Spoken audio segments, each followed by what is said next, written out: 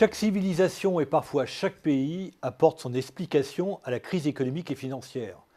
Bien sûr, on vous dira que des raisons de politique intérieure poussent chacun à écrire sa propre histoire. Mais cela n'explique pas tout.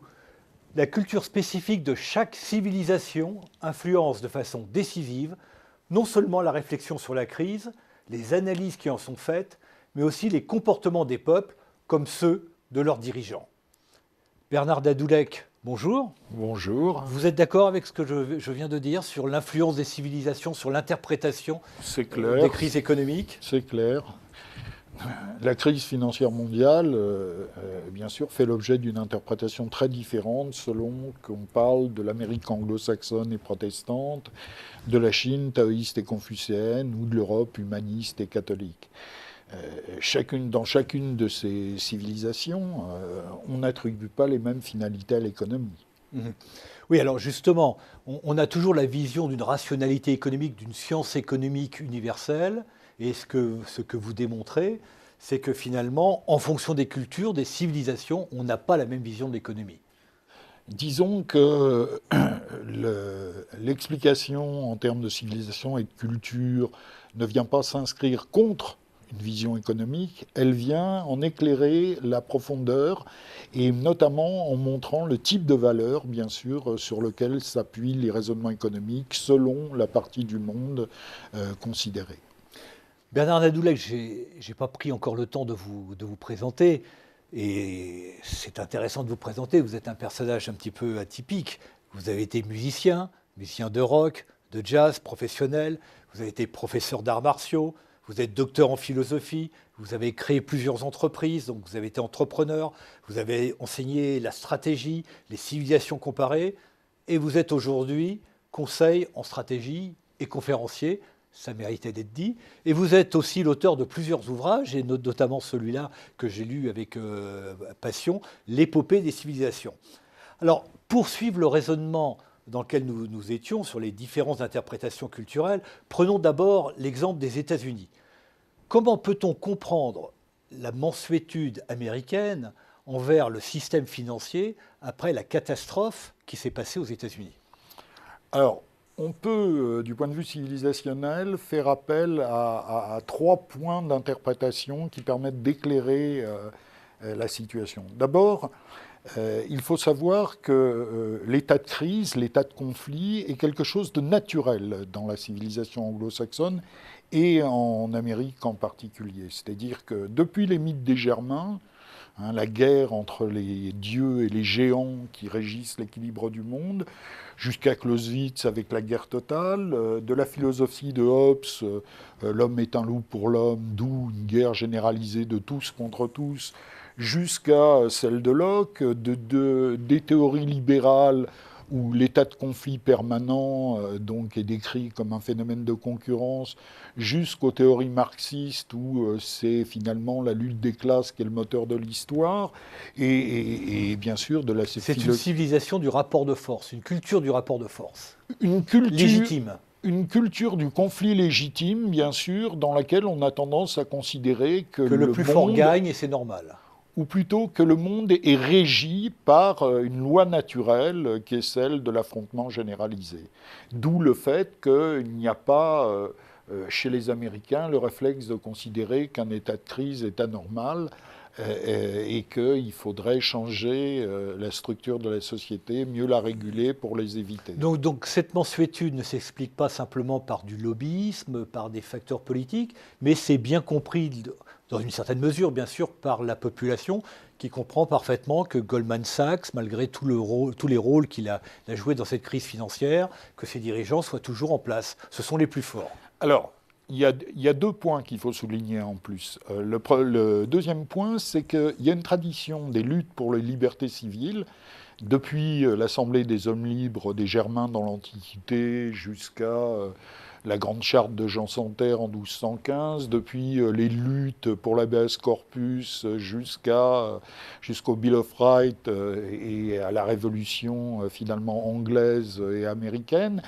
il y a une espèce de volonté de lutter contre l'arbitraire de l'État. Donc, aux États-Unis, contrairement, par exemple, au peuple d'Europe du Sud, dans le monde anglo-saxon, il y a une préoccupation de limiter les prérogatives de l'État, qui n'a pas à intervenir ni sur les citoyens, ni sur la société, et auquel on dénie le droit de sortir de son rôle, tout comme la théorie libérale. Sur l'État, en Chine, c'est totalement différent. Ah oui, on est dans une situation différente. Et opposé. les Occidentaux, par exemple, ont beaucoup de mal à comprendre cet amalgame entre capitalisme, communiste. Alors, on y viendra. Je voudrais juste rajouter un point sur les États-Unis. Il y a aussi l'explication de Max Weber dans l'Éthique protestante et l'esprit du capitalisme, où Max Weber fait finalement une espèce de parallèle entre la grâce qui est donnée par Dieu à ses élus et la richesse qui finalement est un signe de la grâce.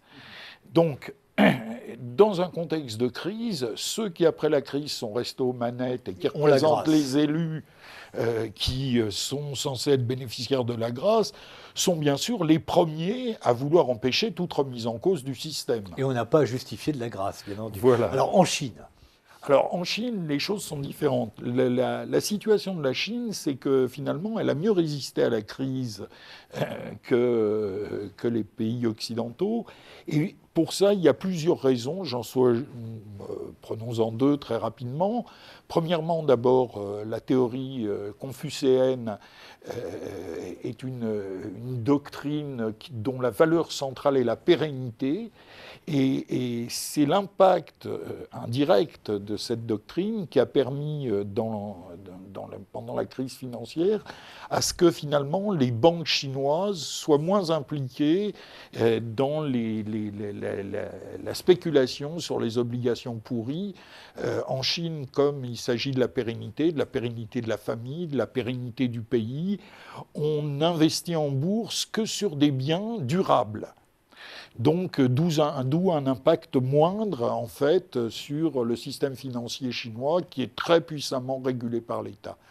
Une des autres particularités de la situation en Chine, c'est, à travers le taoïsme, une conception dialectique du monde. C'est-à-dire, vous savez, la dialectique, thèse, antithèse, synthèse. En Chine, ça s'appelle yin, yang et tao.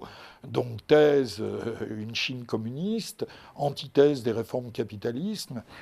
Et synthèse, la Chine. La puissance de la Chine. Le socialisme de marché. Et donc, socialisme de marché... C'est très difficile à comprendre pour un occidental. C'est pas habituel. C'est-à-dire que les Occidentaux ont plutôt un esprit logique. C'est-à-dire on choisit une doctrine, on s'y tient. En revanche, les Chinois, pendant la crise, ont pu alterner des mesures communistes et des mesures capitalistes pour faire face aux fluctuations du marché. C'est-à-dire donc, finalement, ça s'effondre... on intervient avec un dirigisme autoritaire, ça s'ouvre, on reprend le cours des réformes. Donc il y a un avantage pour les sociétés chinoises et pour le dirigisme chinois à pouvoir agir parfois simultanément ou successivement avec des réformes capitalistes et un retour à l'ordre au communisme. Finalement, cette philosophie chinoise permet un très grand pragmatisme. Alors, en Europe, on est dans une situation complètement différente et on sent se développer des mécanismes de culpabilité ou culpabilisants. Est-ce que c'est lié à notre civilisation ? Alors, si je vais un peu dans votre sens, effectivement, si on se pose la question, par exemple, de savoir comment s'est créée cette bulle financière, mère de tous les péchés, il se trouve que dans la Bible commence par un chapitre qui s'appelle la Genèse, où on voit la création du monde. Pendant cette création du monde, à la fin de chaque journée, quand Dieu a fait son travail, il y a une phrase qui revient sans cesse, et il vit que tout était bien, que tout était bon. Pourtant, dès le chapitre suivant, 1, le péché originel, 2, Caïn et Abel, le meurtre d'Abel par Caïn. 3, les péchés qui se multiplient jusqu'au point où Dieu envoie le déluge. La tour de Babel, où Dieu envoie la punition de la division des langages. La violence qui se déchaîne. C'est-à-dire que dans un monde qui est censé être parfait et bon, on assiste à une suite de transgressions de la part de la créature qui nous pose problème. Pourquoi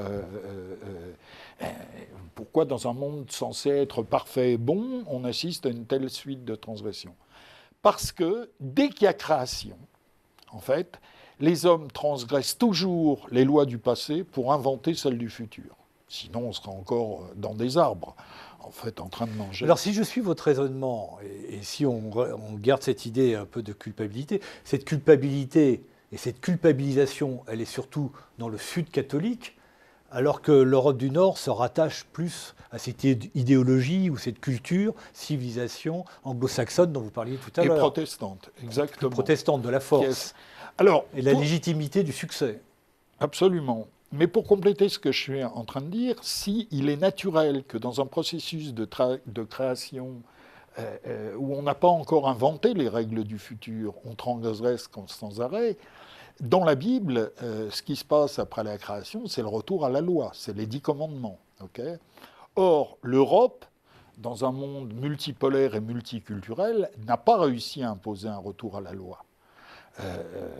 Donc, c'est là qu'on comprend qu'il était très très difficile, dans un contexte international, de revenir à un état normal des choses. Alors, il aurait fallu développer beaucoup plus, bien entendu, tout ce que vous avez à expliquer, mais à travers les exemples des États-Unis, de la Chine et de l'Europe, Bernard Dadoulek, on a vu l'influence de la culture, de la civilisation sur les raisonnements économiques, sur les choix économiques qui sont faits. Sur un attachement à des valeurs qui donnent un sens à l'économie. Parce que, bien sûr, aujourd'hui, la pensée dominante, la pensée libérale, focalise sur la compétitivité, sur la réussite, sur la richesse. Il y a aussi beaucoup de cultures, comme dans la civilisation slave ou dans la civilisation musulmane, où on insiste, par exemple, sur la justice sociale. Donc, alors, on ne va pas développer, parce que malheureusement, le temps nous est compté. Ça serait absolument passionnant. En tout cas, merci pour cet apport de compréhension sur le rôle des civilisations dans la réflexion économique. Bernard Dadoulek, merci. Merci à vous.